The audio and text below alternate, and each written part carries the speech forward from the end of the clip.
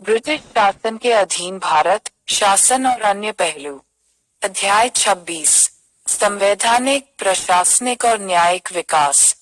1600 में east India company की स्थापना और 1765 में एक व्यापारिक निकाय से एक शासक निकाय में इसके परिवर्तन का भारतीय राजनीति और शासन पर तत्काल प्रभाव नहीं पड़ा। लेकिन कंपनी के शासन के तहत 1773 और 1858 के बीच की अवधि और फिर 1947 तक ब्रिटिश क्राउन के तहत संवैधानिक और प्रशासनिक परिवर्तनों की अधिकता देखी गई। इन परिवर्तनों की प्रकृति और उद्देश्य ब्रिटिश साम्राज्यवादी विचारधारा की सेवा करना था, लेकिन अनजाने में वे आधुनिक राज्य के तत्वों को भारत की राजनीतिक और प्रशासनिक व्यवस्था में पेश किया। संवैधानिक विकास। 1773 और 1858 के बीच ईस्ट इंडिया कंपनी बक्सर 1764 की लड़ाई के बाद बंगाल, बिहार और उड़ीसा की दीवानी राजस्व एकत्र करने का अधिकार प्राप्त किया। मुगल सम्राट शाह आलम द्वितीय को वार्षिक अनुदान और अवध के नवाब शुजा-उद-दौला को वार्षिक पेंशन का भुगतान किया जाना था। कंपनी ने 2 भारतीयों को उप दीवान नियुक्त किया, बंगाल के लिए मोहम्मद रजा खान और बिहार के लिए राजा शिताब राय। 1767 ब्रिटिश सरकार द्वारा भारतीय मामलों में पहला हस्तक्षेप 1767 में हुआ। इसने लूट में 10% हिस्सेदारी की मांग की, जो सालाना 4 मिलियन पाउंड थी। 1765-72 सरकार की दोहरी प्रणाली, जहां कंपनी का अधिकार था लेकिन कोई जिम्मेदारी नहीं थी, और उसके भारतीय प्रतिनिधियों के पास सारी जिम्मेदारी थी लेकिन कोई भी अधिकार 7 साल तक जारी नहीं रहा। इस अवधि की विशेषता थी कंपनी के कर्मचारियों के बीच बड़े पैमाने पर भ्रष्टाचार, जिन्होंने खुद को समृद्ध करने के लिए निजी व्यापार का पूरा उपयोग किया। अत्यधिक राजस्व संग्रह और का उत्पीड़न।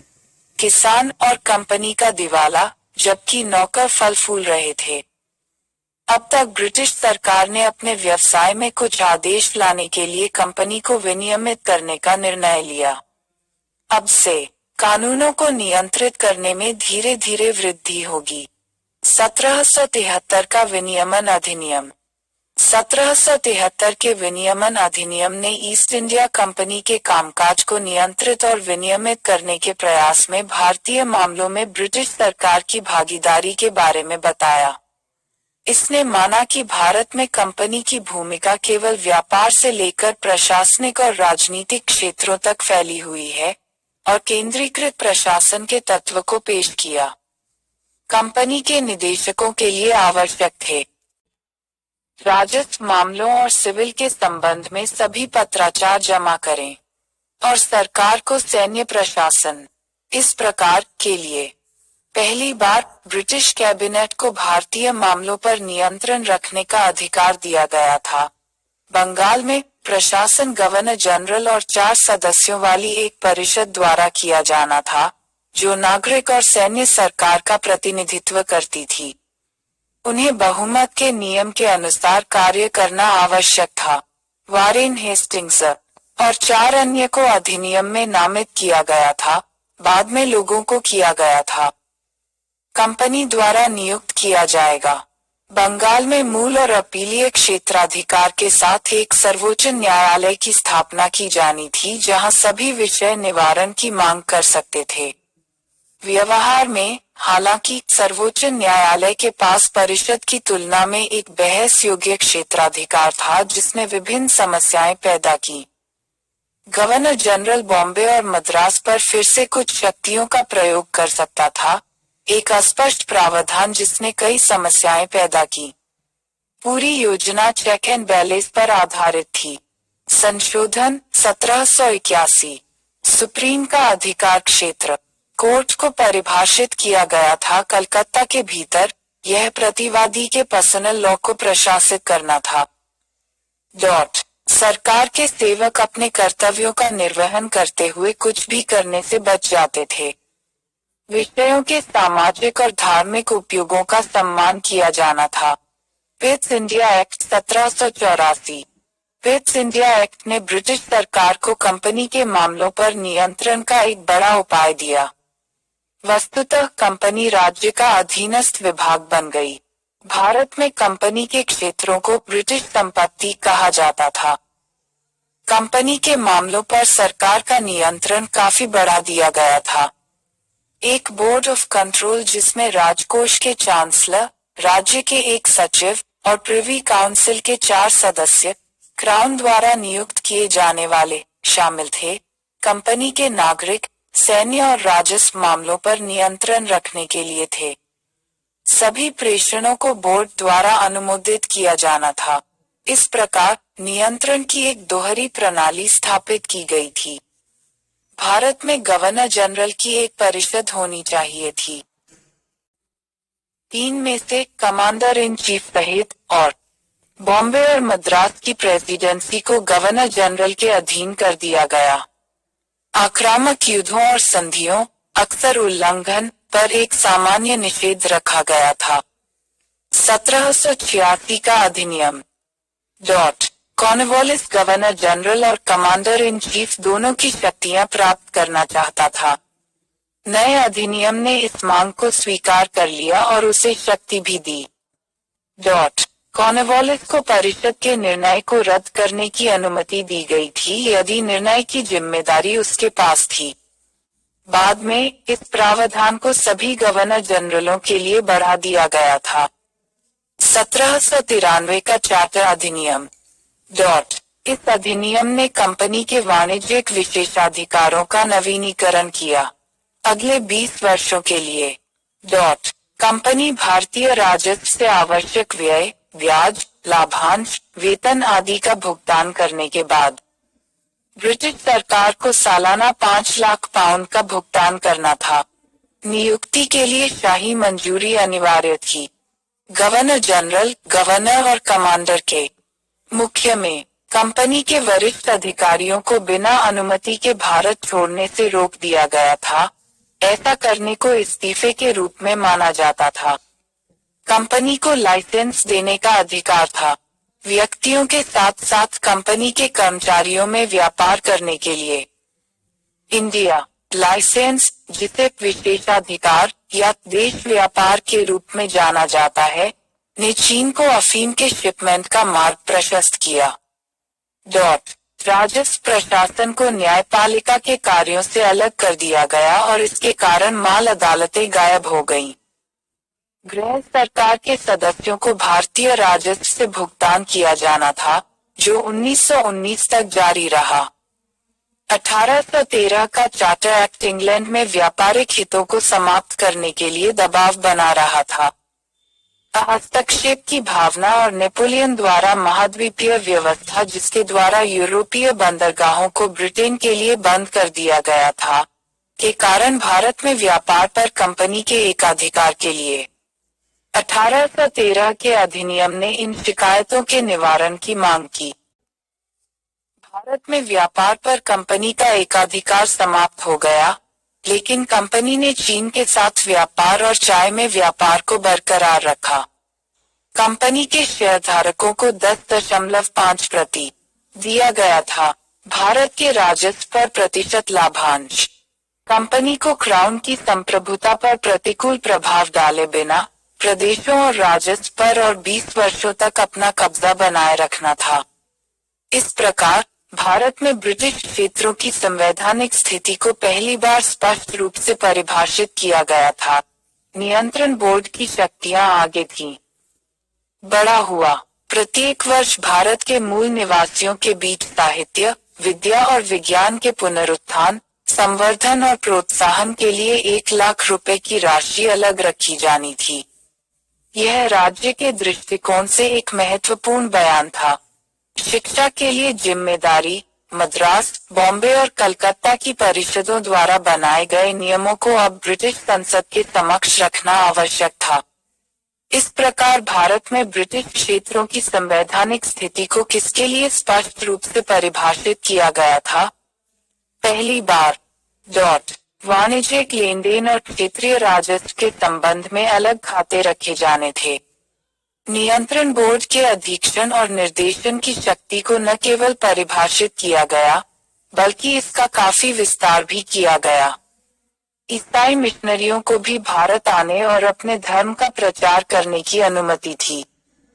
1833 का चार्टर अधिनियम। कंपनी को 20 साल की लीज आगे बढ़ा दी गई थी। भारत के प्रदेशों को ताज के नाम पर शासित किया जाना था।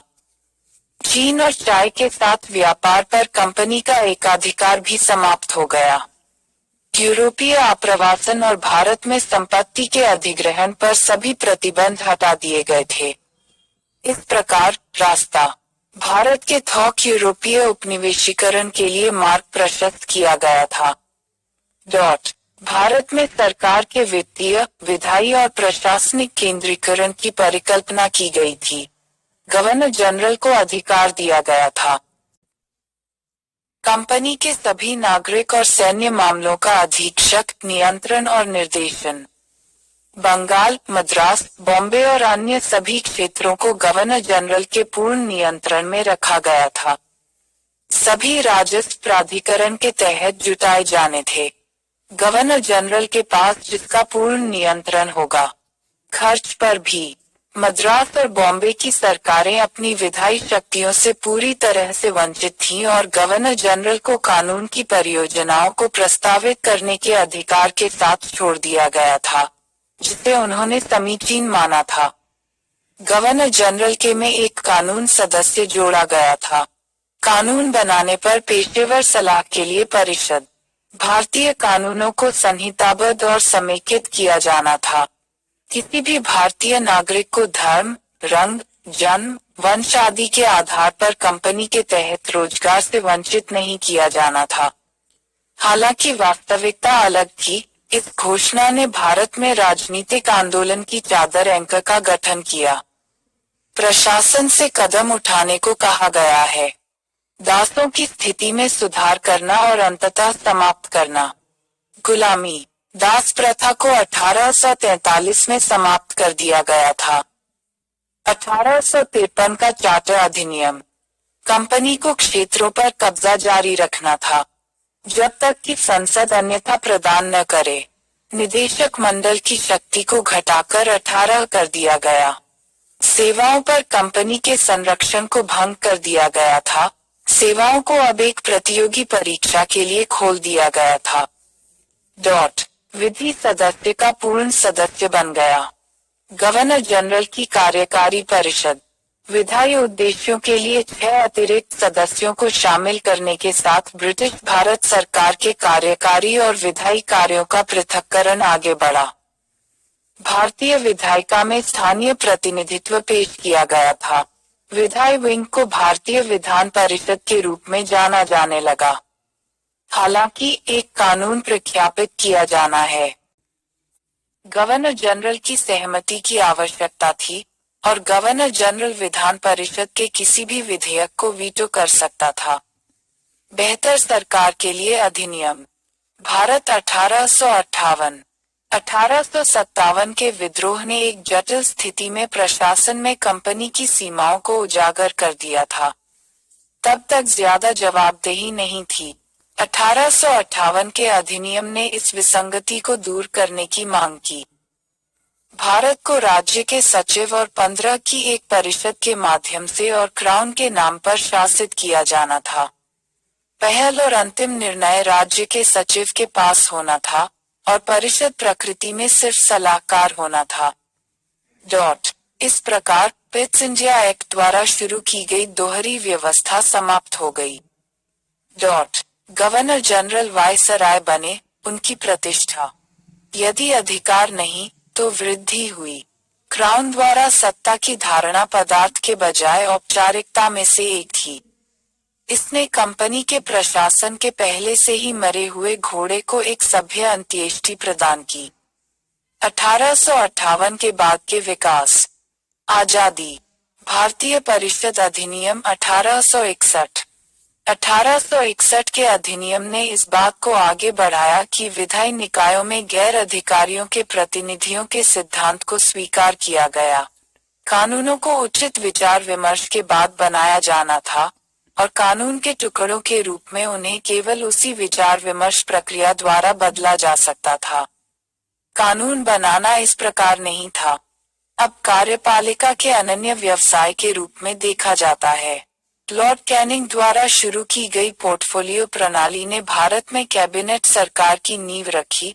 प्रशासन की प्रत्येक शाखा का अपना आधिकारिक प्रमुख और प्रवक्ता होता था। सरकार में, जो इसके प्रशासन के लिए जिम्मेदार था।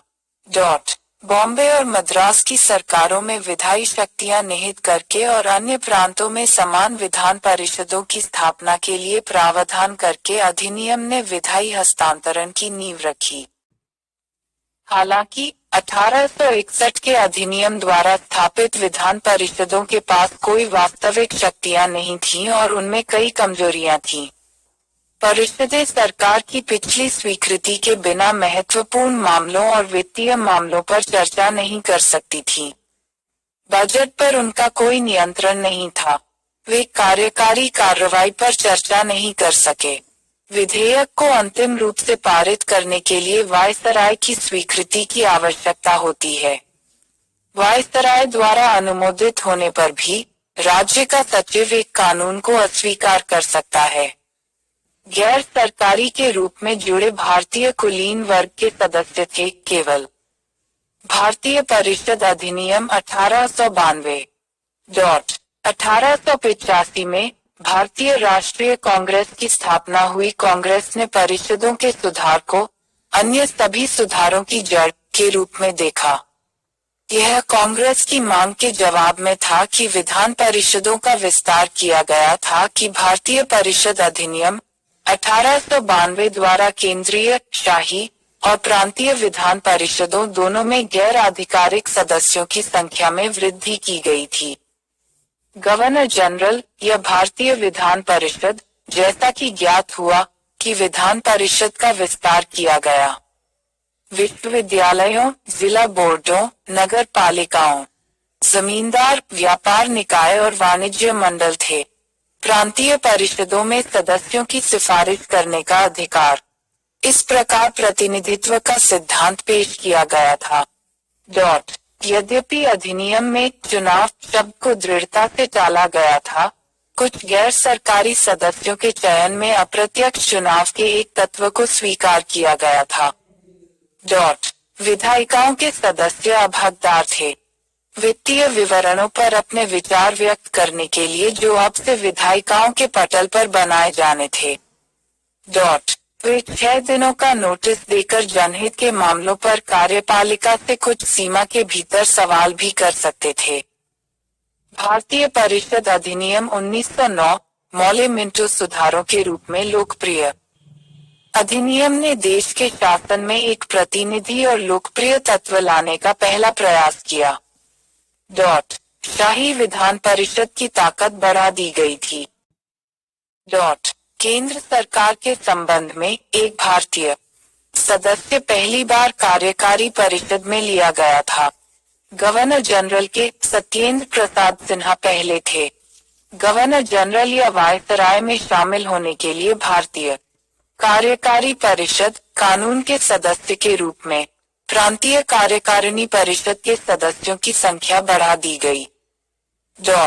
विधान परिषदों की शक्तियां दोनों केंद्रीय और प्रांतीय बढ़ा दिया गया था। इस अधिनियम के तहत वास्तविक शक्ति सरकार के पास रही और परिषदों के पास आलोचना के अलावा कोई कार्य नहीं रह गया। मुसलमानों के लिए पृथक निर्वाचन मंडल की शुरुआत ने नई समस्याएं पैदा की। मुसलमानों के लिए अलग निर्वाचक मंडल के अलावा मुसलमानों को उनकी जनसंख्या शक्ति से अधिक प्रतिनिधित्व दिया गया था।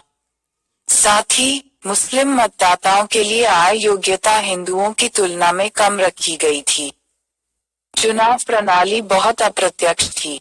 इस प्रकार बड़े पैमाने पर लोगों का प्रतिनिधित्व दूरस्थ और असत्य रहा। भारत सरकार अधिनियम 1919 यह अधिनियम मोंटेग्यू चेम्सफोर्ड सुधारों के नाम से जाने जाने वाले कार्यों पर आधारित था। अगस्त 1917 में ब्रिटिश सरकार ने पहली बार घोषणा की कि उसका उद्देश्य धीरे धीरे भारत में जिम्मेदार सरकार की शुरुआत करना था, लेकिन ब्रिटिश साम्राज्य के एक अभिन्न अंग के रूप में। 1919 के अधिनियम ने स्पष्ट किया कि भारत में स्वशासी संस्थाओं का केवल क्रमिक विकास होगा और ब्रिटिश संसद भारत के लोगों का आत्मनिर्णय नहीं के मार्ग के प्रत्येक चरण का समय और तरीका निर्धारित करेगी। संवैधानिक प्रगति। 1919 के अधिनियम के तहत केंद्र में भारतीय विधान परिषद को एक द्विसदनीय प्रणाली से बदल दिया गया था, जिसमें एक राज्य परिषद उच्च सदन और एक विधानसभा निचला सदन शामिल थी। प्रत्येक सदन में अधिकांश सदस्य होते थे जो सीधे चुने जाते थे, इसलिए प्रत्यक्ष चुनाव की शुरुआत की गई। हालांकि संपत्ति, कर या शिक्षा की योग्यता के आधार पर मताधिकार बहुत प्रतिबंधित था। सांप्रदायिक प्रतिनिधित्व का सिद्धांत था। मुसलमानों के अलावा सिखों, ईसाइयों और एंग्लो इंडियन के लिए अलग अलग निर्वाचन क्षेत्रों के साथ विस्तारित। इस अधिनियम ने प्रांतों में द्वैध शासन की शुरुआत की, जो वास्तव में भारतीय लोगों को सत्ता के हस्तांतरण की दिशा में एक महत्वपूर्ण कदम था। प्रांतीय विधायिका में एक सदन होना था, केवल विधायी परिषद। इस अधिनियम को पहली बार प्रांतीय और केंद्रीय बजट के लिए अलग किया गया। प्रांतीय विधायिकाओं को अपना बजट बनाने के लिए अधिकृत किया गया। भारत के लिए एक उच्चायुक्त नियुक्त किया गया था, जिसे 6 साल के लिए लंदन में अपना कार्यालय रखना था और जिसका कर्तव्य यूरोप में भारतीय व्यापार की देखभाल करना था। भारत के राज्य सचिव द्वारा अब तक किए गए कुछ कार्यों को उच्चायुक्त को स्थानांतरित कर दिया गया था।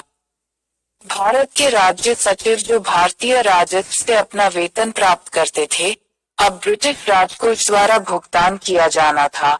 इस प्रकार 1793 के चार्टर अधिनियम में एक अन्याय को पूर्ववत किया।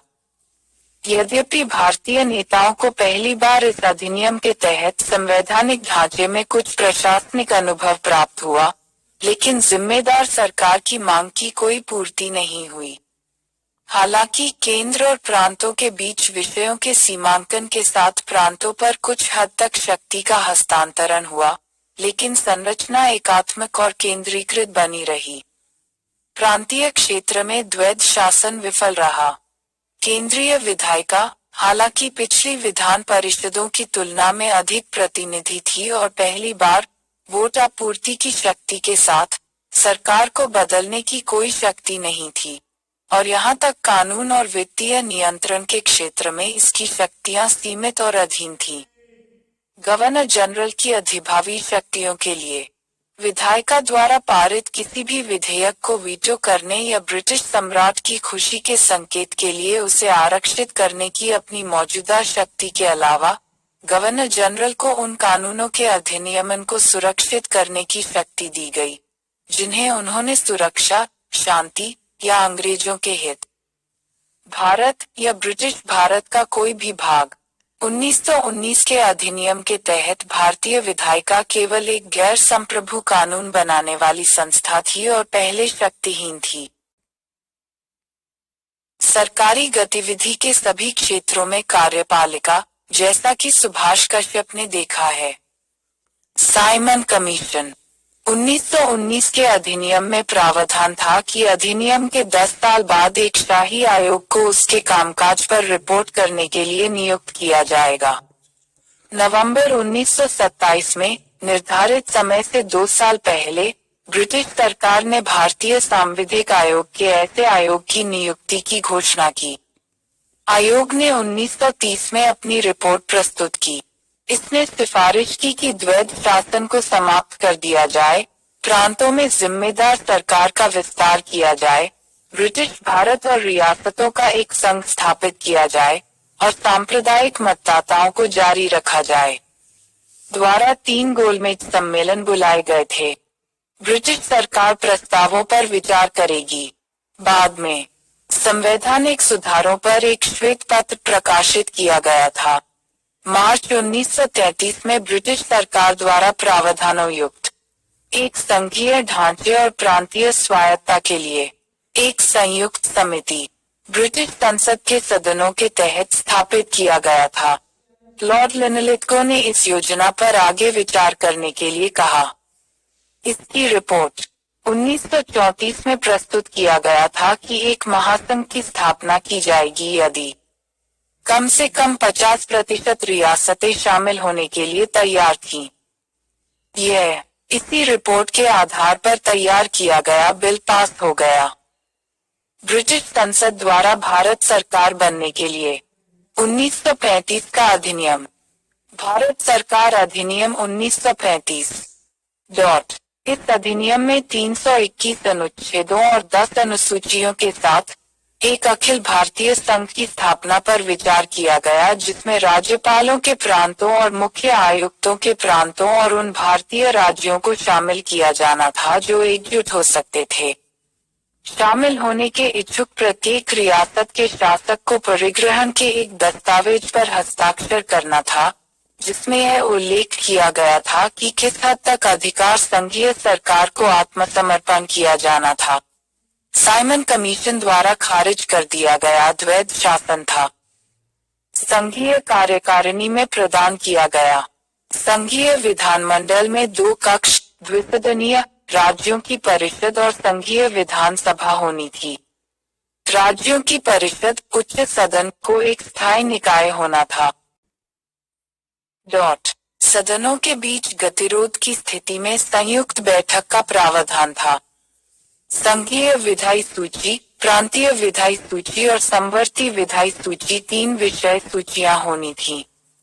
अवशिष्ट विधायी शक्तियां गवर्नर जनरल के विवेक के अधीन थीं। भले ही संघीय विधायिका द्वारा कोई विधेयक पारित किया गया हो, गवर्नर जनरल इसे वीटो कर सकता था, जबकि गवर्नर जनरल द्वारा स्वीकृत कार्य भी किंग इन काउंसिल द्वारा अस्वीकृत किया जा सकता था। प्रांतों में द्वैध शासन को समाप्त कर दिया गया और प्रांतों स्वायत्तता दी गई थी, अर्थात आरक्षित के बीच का अंतर और हस्तांतरित विषयों को समाप्त कर दिया गया और कुछ सुरक्षा उपायों के अधीन पूर्ण जिम्मेदार सरकार की स्थापना की गई। प्रांतों ने अपनी शक्ति और अधिकार सीधे ब्रिटिश क्राउन से प्राप्त किए। उन्हें स्वतंत्र वित्तीय शक्तियां और संसाधन दिए गए। प्रांतीय सरकारें अपनी सुरक्षा पर धन उधार ले सकती थीं। प्रांतीय विधायिकाओं का और विस्तार किया गया। मद्रास, बॉम्बे, बंगाल, संयुक्त प्रांत, बिहार और असम के 6 प्रांतों में द्विसदनीय विधायिकाएं प्रदान की गईं। अन्य 5 प्रांतों में एकसदनीय विधायिकाएं बनी रहीं। सांप्रदायिक निर्वाचक मंडल और वेटेज के सिद्धांतों को आगे दलित वर्गों तक विस्तारित किया गया। महिला और श्रम मताधिकार का विस्तार किया गया।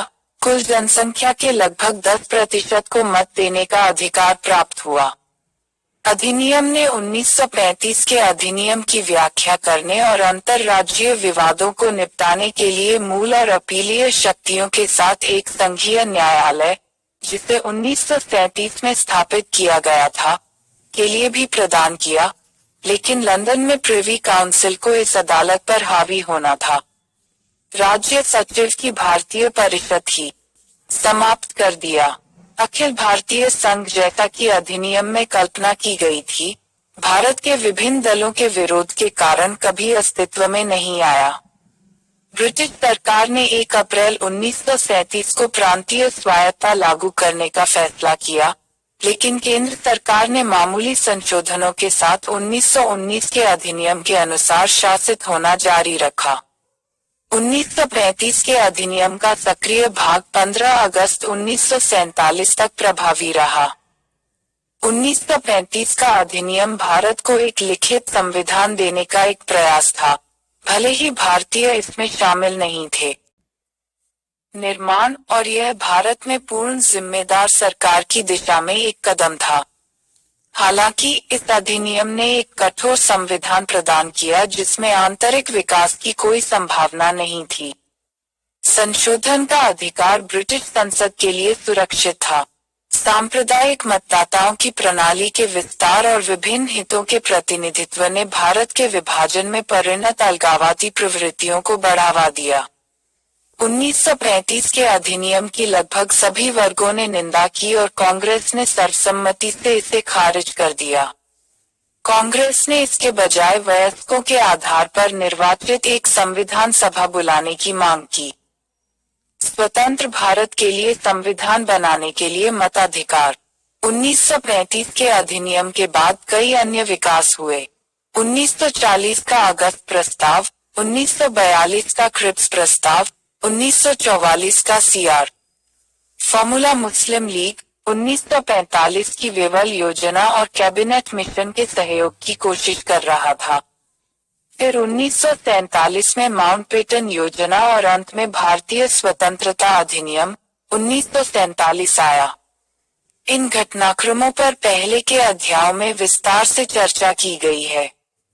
के संविधान का निर्माण, स्वतंत्र भारत की चर्चा बाद के अध्याय में की गई है। भारत में सिविल सेवाओं का विकास।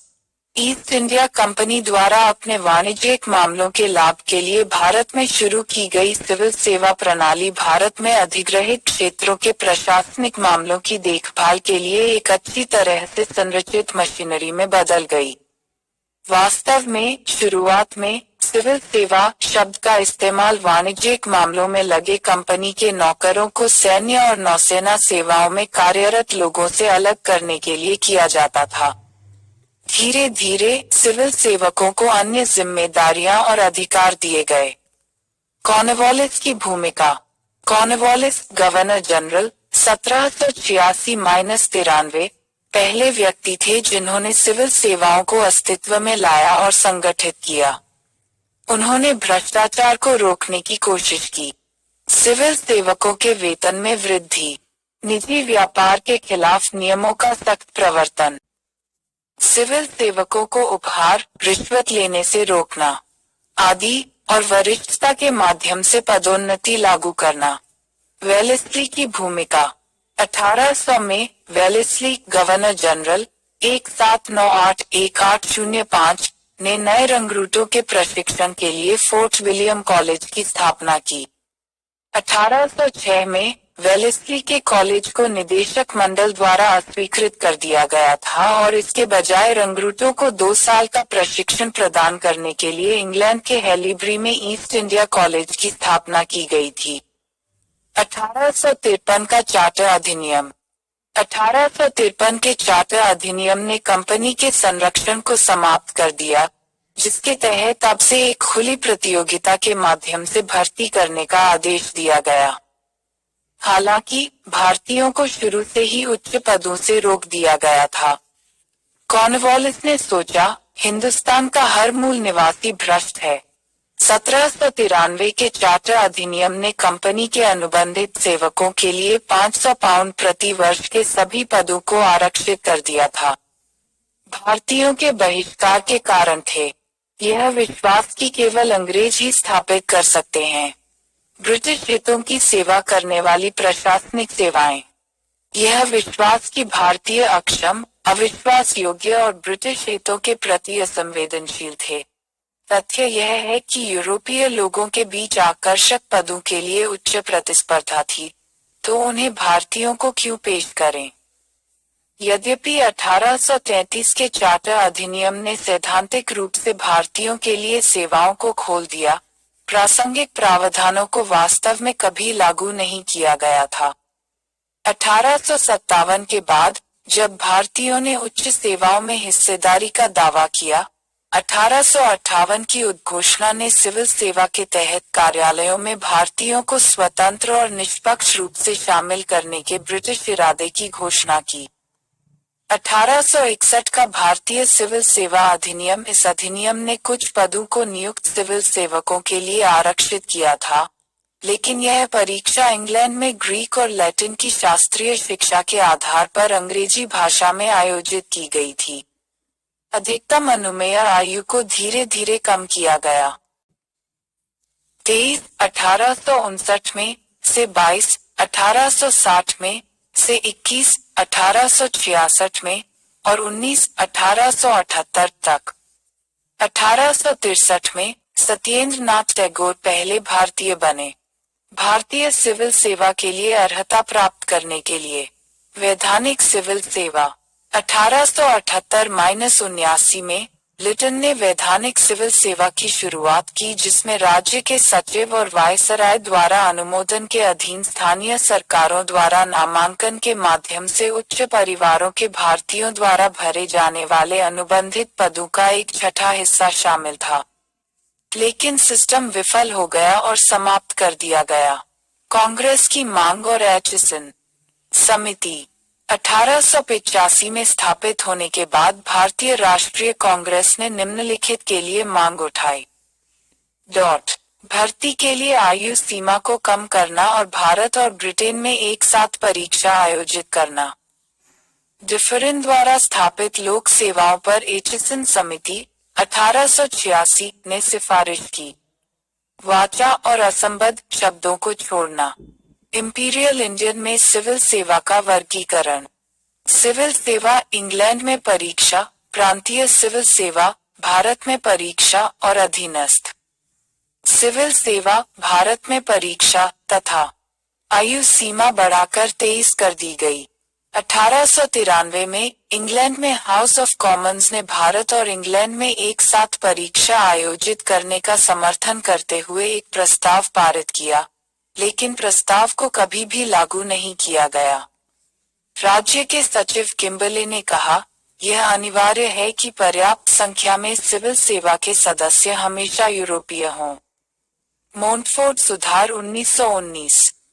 मोंटफोर्ट सुधार एक यथार्थवादी नीति में कहा गया है, यदि भारत में एक जिम्मेदार सरकार की स्थापना की जानी है, तो हम जितने अधिक भारतीयों को सार्वजनिक सेवा में नियुक्त कर सकते हैं, उतना अच्छा है।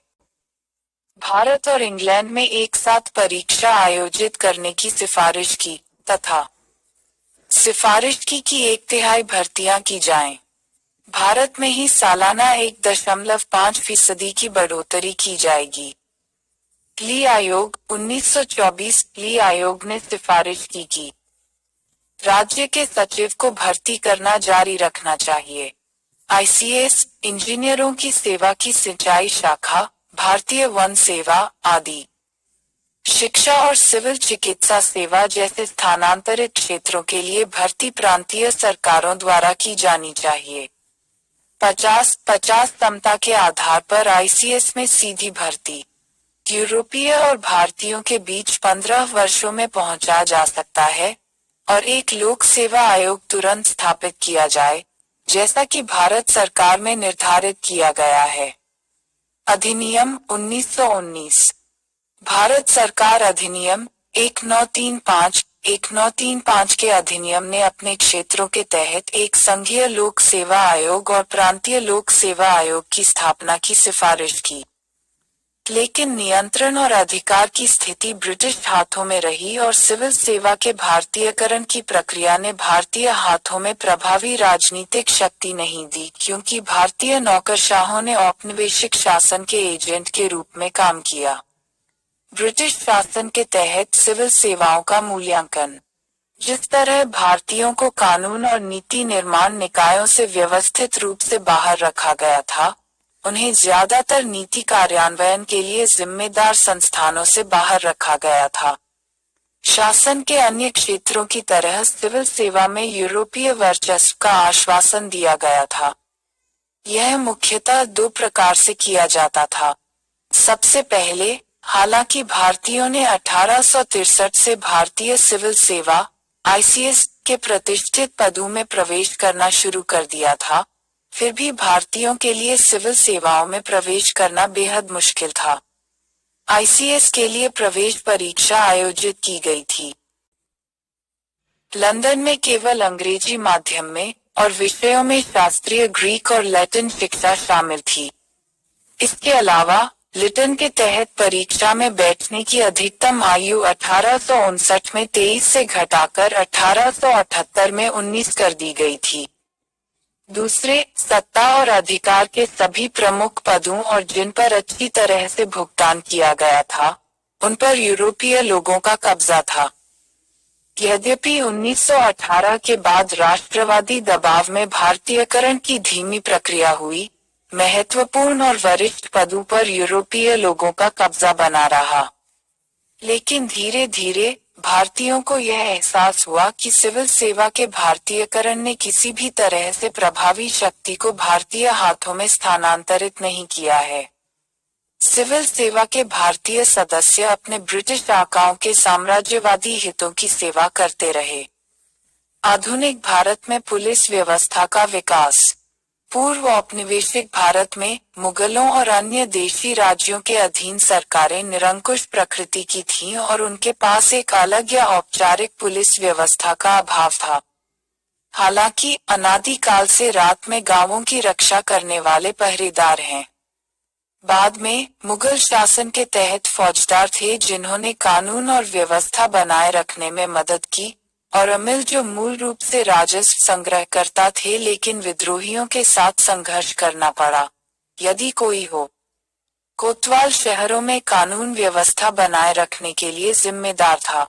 1765 और 1772 के बीच बंगाल, बिहार और उड़ीसा में दोहरे शासन के दौरान भी जमींदारों से अपेक्षा की जाती थी कि वे कानून और व्यवस्था के कर्तव्यों के लिए और शांति बनाए रखने के साथ साथ अपराध और अपराधियों से निपटने के लिए थानेदारों सहित कर्मचारियों को बनाए रखें। लेकिन बहुत बार जमींदार अपने कर्तव्यों की उपेक्षा करते थे। उनके बारे में कहा जाता है कि उन्होंने डकैतों के साथ मिली भगत की और अपनी लूट को साझा किया। 1770 में फौजदार और अमिल की संस्था को समाप्त कर दिया गया। हालांकि 1774 में वारेन हेस्टिंग्स ने फौजदारों की संस्था को बहाल किया और जमींदारों को डकैतों, हिंसा और अव्यवस्था के दमन में उनकी सहायता करने के लिए कहा। 1775 में बड़े जिलों के प्रमुख नगरों में फौजदार थानों की स्थापना की गई। कई छोटे पुलिस स्टेशनों द्वारा सहायता प्रदान की। अंग्रेजों के अधीन पुलिस व्यवस्था में निरंतर विकास का लेखा जोखा नीचे दिया गया है। 1791 कॉर्नवालिस ने एक जिले में एक दरोगा, एक भारतीय और एक पुलिस अधीक्षक एसपी के अधीन एक जिले में पुराने भारतीय थानों, मंडलियों की प्रणाली का आधुनिकीकरण करके कानून और व्यवस्था बनाए रखने के लिए एक नियमित पुलिस बल का गठन किया। जिला, उन्होंने जमींदारों को उनके पुलिस कर्तव्यों से मुक्त कर दिया। 1808 में उन्होंने प्रत्येक डिवीजन के लिए एक एसपी नियुक्त किया जिसमें कई जासूसों, गोयंदास ने मदद की, लेकिन इन जासूसों ने प्रतिबद्ध किया। स्थानीय लोगों पर लूट। 1814 निदेशकों के न्यायालय के एक आदेश द्वारा बंगाल को छोड़कर कंपनी की सभी संपत्तियों में दरोगा और उनके अधीनस्थों की नियुक्ति समाप्त कर दी गई थी। बेंटिक, गवर्नर जनरल 1828-35 ने सपा के कार्यालय को समाप्त कर दिया। कलेक्टर, मजिस्ट्रेट को अब अपने अधिकार क्षेत्र में पुलिस बल का नेतृत्व करना था और प्रत्येक डिवीजन में आयुक्त को एसपी के रूप में कार्य करना था। इस व्यवस्था के परिणामस्वरूप एक बुरी तरह से संगठित पुलिस बल कलेक्टर, मजिस्ट्रेट पर भारी बोझ डाल दिया। प्रेसिडेंसी शहर थे। कलेक्टर, मजिस्ट्रेट के कर्तव्यों को अलग करने वाले पहले व्यक्ति। पुलिस आयोग 1860 की सिफारिशों ने भारतीय पुलिस अधिनियम 1861 को जन्म दिया। आयोग ने सिफारिश की सिविल कांस्टेबलरी की एक प्रणाली, गांव को वर्तमान स्वरूप में बनाए रखना, गांव द्वारा बनाए रखा गया एक गांव का चौकीदार, लेकिन बाकी कांस्टेबलरी के साथ सीधे संबंध में। एक प्रांत में प्रमुख के रूप में महानिरीक्षक, एक सीमा में प्रमुख के रूप में उप महानिरीक्षक और एसपी के रूप में। एक जिले में मुखिया, डकैती, ठगी आदि आपराधिक कृत्यों पर धीरे धीरे अंकुश लगाने में पुलिस सफल रही, लेकिन जनता के साथ व्यवहार करते समय पुलिस का रवैया असहानुभूतिपूर्ण था। पुलिस का इस्तेमाल राष्ट्रीय आंदोलन को दबाने के लिए भी किया गया था। अंग्रेजों ने अखिल भारतीय पुलिस नहीं बनाई। पुलिस अधिनियम 1861 ने प्रांतों में पुलिस की स्थापना के लिए दिशा निर्देश प्रस्तुत किए। रैंकों को पूरे देश में समान रूप से पेश किया गया था। 1902-03 जब कर्जन गवर्नर जनरल थे, सर एंड्रू फ्रेजर के नेतृत्व में गठित पुलिस आयोग ने कुछ दूरगामी पुलिस सुधारों की सिफारिश की। आयोग ने सुझाव दिया कि कनिष्ठ पुलिस अधिकारियों को उच्च अधिकारियों के पदों पर पदोन्नत नहीं किया जाना चाहिए और वरिष्ठ अधिकारियों को सीधे भर्ती किया जाना चाहिए। इसने ऐसे प्रशिक्षण स्कूल खोलने का सुझाव दिया जहां कांस्टेबलों और अधिकारियों को प्रशिक्षित किया जा सके। सभी प्रांतों में पुलिस बल की ताकत बढ़ाना। पुलिसकर्मियों को पूछताछ के लिए गांवों का दौरा करने की अनुमति देना। वेतन वृद्धि और केंद्र में एक आपराधिक खुफिया विभाग बनाना। सिफारिशों के बाद आपराधिक खुफिया विभाग DCI भारत सरकार से जुड़ा हुआ था और यह केंद्रीय घरेलू और विदेशी खुफिया एजेंसी बन गया। ब्रिटिश भारत के सभी प्रांतों में आपराधिक जांच विभाग CID स्थापित किए गए थे। 1929 में CID को विशेष शाखा CID और अपराध शाखा में विभाजित किया गया था। बाद के वर्षों में भारतीय पुलिस ब्रिटिश राज की विशाल संरचना को बनाए रखने में मदद करने के लिए सरकार की एक एजेंसी के रूप में विकसित हुई।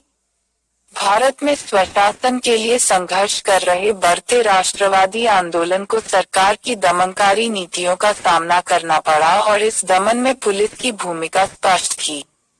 इस प्रक्रिया में पुलिस ने भारतीय जनता की सहानुभूति खो दी। अंग्रेजों के अधीन सेना भारत में कंपनी के शासन की रीढ़ थी। 1857 के विद्रोह से पहले ब्रिटिश नियंत्रण में सैन्य बलों के दो अलग अलग सेट थे जो भारत में संचालित होते थे। इकाइयों का पहला सेट, जिसे रानी की सेना के रूप में जाना जाता है, भारत में ड्यूटी पर सेवारत सैनिक थे। दूसरी कंपनी की टुकड़ियां थीं, जो ब्रिटेन की यूरोपीय रेजिमेंटों और देशी रेजिमेंटों का मिश्रण थी, जिन्हें स्थानीय रूप से भारत से लेकिन ब्रिटिश अधिकारियों के साथ भर्ती किया गया था। रानी की सेना क्राउन की सैन्य शक्ति का हिस्सा थी। 1857 के बाद सेना का एक व्यवस्थित पुनर्गठन हुआ, जैसा कि डिफरिन ने दिसंबर 1888 में चेतावनी दी थी। अंग्रेजों को उन सबक को हमेशा याद रखना चाहिए जो 30 साल पहले इस तरह के भयानक अनुभव के साथ सीखे गए थे। एक और विद्रोह की पुनरावृत्ति को रोकने के लिए था।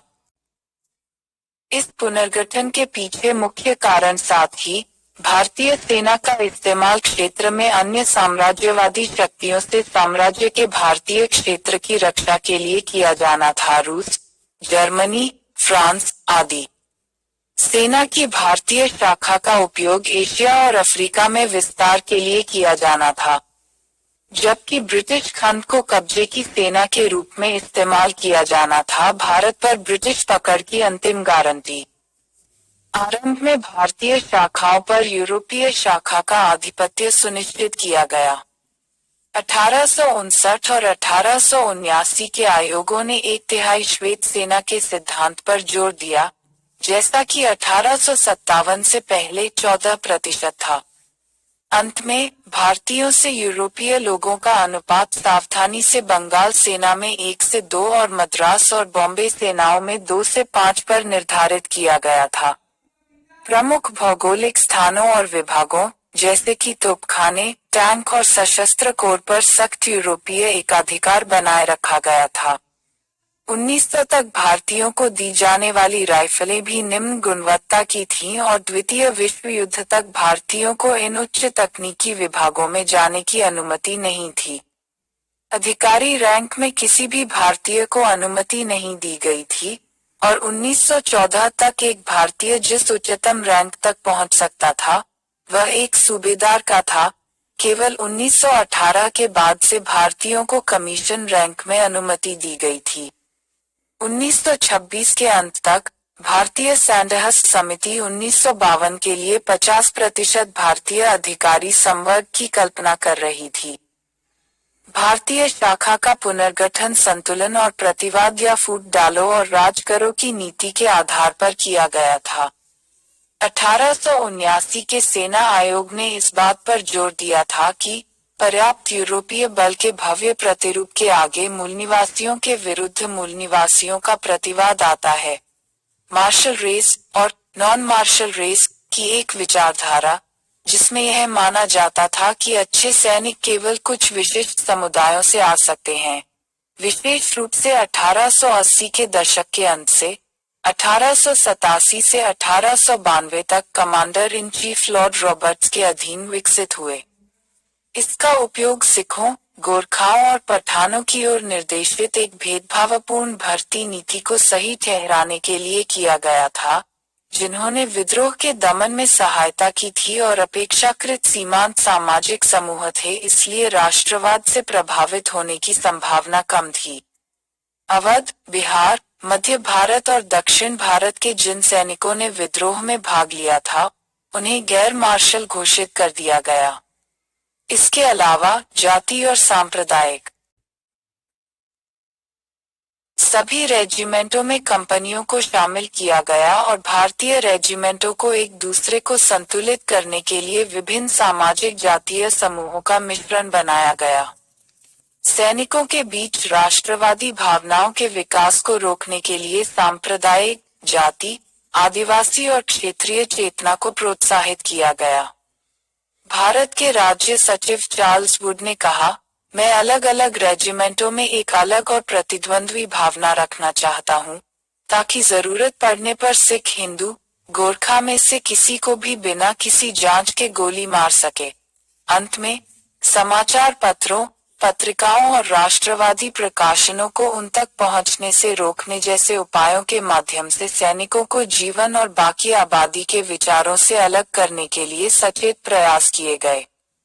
कुल मिलाकर ब्रिटिश भारतीय सेना एक बनी रही। महंगी सैन्य मशीन, न्यायपालिका का विकास। ब्रिटिश भारत पूर्व औपनिवेशिक काल के भारत में मुगल युग में या उससे भी पहले प्राचीन काल सहित न्यायिक प्रणाली समग्र रूप से न तो उचित प्रक्रियाओं को अपनाया था और न ही कानून अदालतों का उचित संगठन था। एक नियमित क्रम में उच्चतम से निम्नतम तक, न ही उनके द्वारा सेवा किए जाने वाले क्षेत्र के अनुपात में न्यायालयों का कोई उचित वितरण नहीं था। हिंदुओं के बीच अधिकांश मुकदमों का निर्णय जाति के बुजुर्गों या ग्राम पंचायतों या जमींदारों द्वारा किया जाता था। मुसलमानों के लिए न्यायिक प्रशासन की इकाई काजी धार्मिक व्यक्तियों द्वारा आयोजित एक कार्यालय था। प्रांतीय राजधानियों, कस्बों और कस्बा, बड़े गांवों में स्थित था। राजाओं और बादशाहों को न्याय का स्रोत माना जाता था और न्याय देने की प्रक्रिया मनमानी हो सकती थी। दर्ज न्यायिक उदाहरणों के आधार पर एक सामान्य कानून प्रणाली की शुरुआत ईस्ट इंडिया कंपनी द्वारा 1726 में मद्रास, बॉम्बे और कलकत्ता में मेयर कोर्ट की स्थापना के लिए खोजी जा सकती है। एक व्यापारिक कंपनी से सत्ताधारी सत्ता में कंपनी के परिवर्तन के साथ न्यायिक प्रणाली के नए तत्वों ने मौजूदा मुगल कानूनी प्रणाली को बदल दिया। उन परिवर्तनों का एक संक्षिप्त सर्वेक्षण नीचे चर्चा की गई है।